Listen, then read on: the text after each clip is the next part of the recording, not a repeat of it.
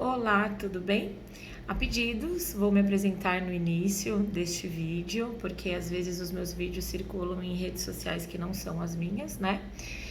Meu nome é Raissa Rain, sou docente da Academia Brasileira de Tricologia, sou tricologista, então atuo como terapeuta capilar e como cabeleireira em São Paulo, onde eu tenho espaço de atendimento e onde normalmente eu gravo os meus vídeos para o IGTV. E hoje eu gostaria que fosse um bate-papo com vocês. Então, gostaria que vocês comentassem aqui embaixo a opinião de vocês. Sobre o que especificamente? Sobre a questão de como alguns profissionais se comportam, né?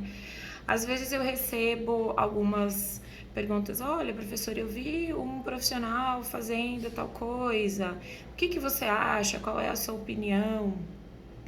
Antes de mais nada, eu acho que um conceito que precisa ficar bastante claro é a diferença entre fama e sucesso. São duas coisas totalmente diferentes, né? Eu, enquanto profissional, eu busco o meu sucesso.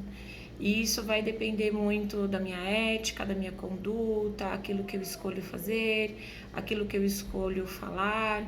Porque a nossa vida ela é feita de escolhas, né? E a vida profissional não é diferente disso. Então, muitas vezes, na tentativa de aparecer, de trazer coisas inovadoras e mirabolantes, eu vejo que alguns profissionais acabam ficando perdidos no meio do caminho. Eu acho muito bacana que a gente queira trazer novidades, queira trazer coisas diferentes que vão agregar nos nossos tratamentos, às vezes coisas que fogem um pouco do nosso cotidiano, mas nós temos que pensar em algumas coisas que são básicas, né? A primeira delas eu já falei, que é a ética, e dentro dessa ética profissional entra o respeito com as pessoas, o respeito com o ambiente, o respeito conosco como profissionais, então escolher usar recursos que não nos façam mal à saúde. E a partir do momento que nós atuamos como profissional e a gente de repente escolhe determinadas ferramentas, nós também estamos assumindo o risco disso. Então, a primeira coisa é saber o que você está usando, saber o que você está fazendo. Surgiu uma técnica nova, tem embasamento científico? Tem algum tipo de comprovação ou é algo que é totalmente empírico? Alguém fez uma vez e deu certo, então eu também vou fazer. Então, quando nós decidimos atuar como profissionais num determinado espaço de trabalho, eu acredito que é muito importante a gente fazer essa análise. Vamos entender quais são as necessidades do mercado, o que eu tenho de recursos hoje.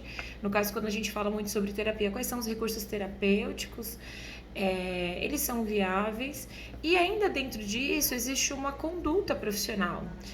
Eu sempre faço uma comparação nas minhas aulas entre condutas de médico. Então, muitas vezes você tem um problema de saúde. Aí o médico fala assim, olha, o seu caso ele é cirúrgico, então vamos operar imediatamente. E aí, de repente, você vai buscar uma segunda opinião e o outro fala assim, olha, a cirurgia é uma das possibilidades, mas de repente se você fizer um outro tipo de tratamento, uma fisioterapia, terapias alternativas, a gente pode prolongar esse tempo e fazer uma cirurgia só se realmente for necessário, se for o último estágio, se for o último recurso. Um dos médicos está errado? Não, são condutas diferentes. Então, eu vejo que no mercado também existe isso. Existem vários recursos terapêuticos, menos agressivos, outros mais, ou minimamente invasivos, outros mais. Então, assim, vai depender do seu limite da sua área de atuação. O que teu conselho te permite fazer? Essa é uma das questões bastante importantes, né? Fazer somente aquilo que é permitido para a sua profissão e para a sua orientação. A segunda coisa importante é, será que essa ferramenta ela vai ser válida para todos os casos e para todas as necessidades? Nunca vai ser para 100% das pessoas, porque cada indivíduo ele é único, tem as suas particularidades. Então, às vezes a gente precisa dividir o processo terapêutico em etapas. Então, qual é a necessidade inicialmente? Porque muitas vezes, quando o nosso cliente chega, ele nos procura, ele tem um objetivo e a gente quer chegar nesse objetivo. Mas para chegar nesse objetivo, existe um caminho.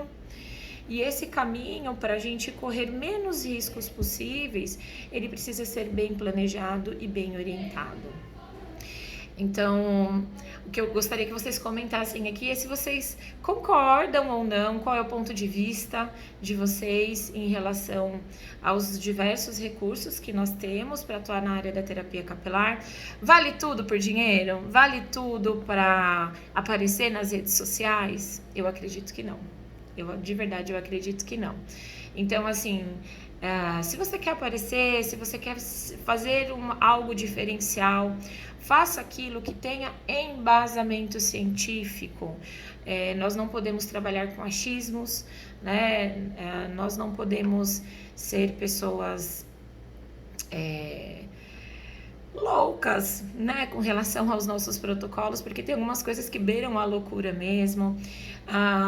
Procurar usar termos que são corretos também. O que eu tenho visto muito nas redes sociais, principalmente, é as pessoas tentando encontrar termos novos para coisas que já existem, às vezes usam termos redundantes e que fica feio até, né? Isso acaba denegrindo o serviço. Às vezes a gente, todo mundo acaba ficando no mesmo balaio, no mesmo saco, enfim.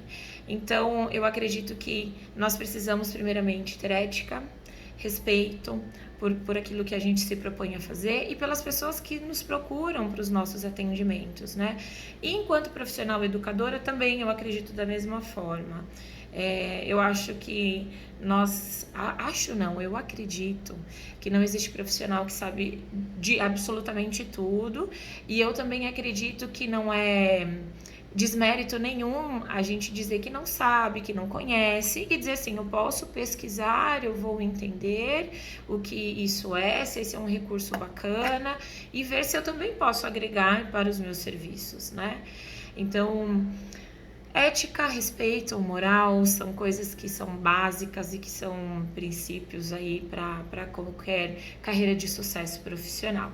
Então comenta, compartilha para que a gente possa ter essa interação. Já estava com saudade de postar vídeos aqui no IGTV.